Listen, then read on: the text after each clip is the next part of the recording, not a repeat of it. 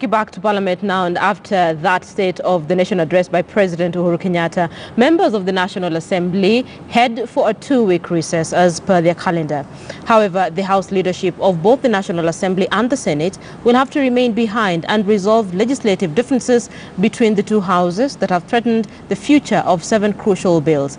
In our weekly segment on the August House, our senior political affairs reporter Chris Thyro looks at the in-tray and out-tray of the National Assembly even as they start their recess today.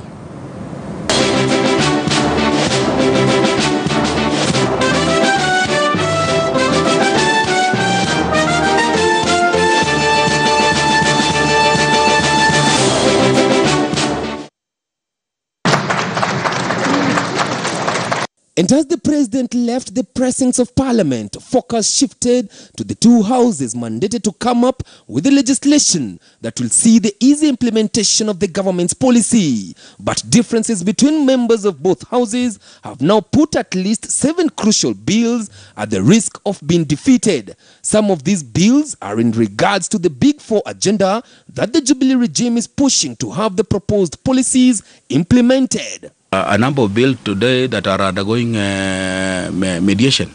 A bill like the land index, when it went to the Senate, it rose a few issues. Most of it is us who disagreed with them, and some of them don't make sense because when you change the title of a bill, like the fiscal planning, ultimately you're altering the whole transitional clauses. If you change the bill, the title, then everywhere mentioned in that bill, the name of the title, you have to change. And to save the bills from being defeated, both houses have formed teams that will be seeking to build consensus and concurrence on the contended provisions of the bills or entire bill within the next 30 days from the day the process begins. Myself and Honorable Bandi, Junet, Chris Wamalwa, Washiali, all of us are in the mediation. And we expect also the leadership from the Senate, so that these are very critical bills for the country, the roads bill. So we don't want, because if we disagree in the mediation, the bill dies. It is only the National Assembly which is supposed to oversight the national government.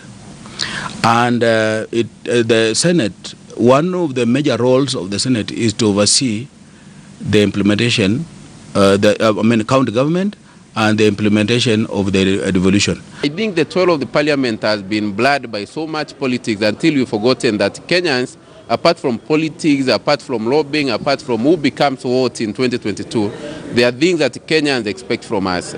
Apart from the fact that the 7 crucial bills risk being defeated, the National Assembly was also unable to pass the 2/3 gender rule bill that has now put the 12th Parliament at the risk of being dissolved. The gender bill, in fact, I don't want to touch it anymore. And it has a history.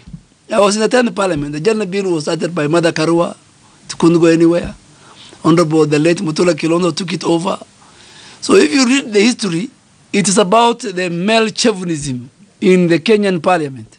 The National Assembly has, however, been able to vet and approve a number of appointments made by the executive in the last 2 months, including the appointment of Education CS Professor George Magoha and the incoming Inspector General of Police, Hilary Mutiambai. We have passed all the laws that will facilitate the implementation of the 4 big agenda.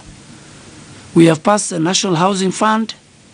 We have passed, we have amended the Housing Act. We have amended all the health laws, which is going to sign next week. We have created the sports fund. However, since the handshake between President Uhuru Kenyatta and opposition chief Raila Odinga, the executive has been having a field day in pushing the government agenda without any checks and balances. This is the best environment that I will wish, because when you find my brother who is supposed to oppose me is the one moving government bills, we say hallelujah.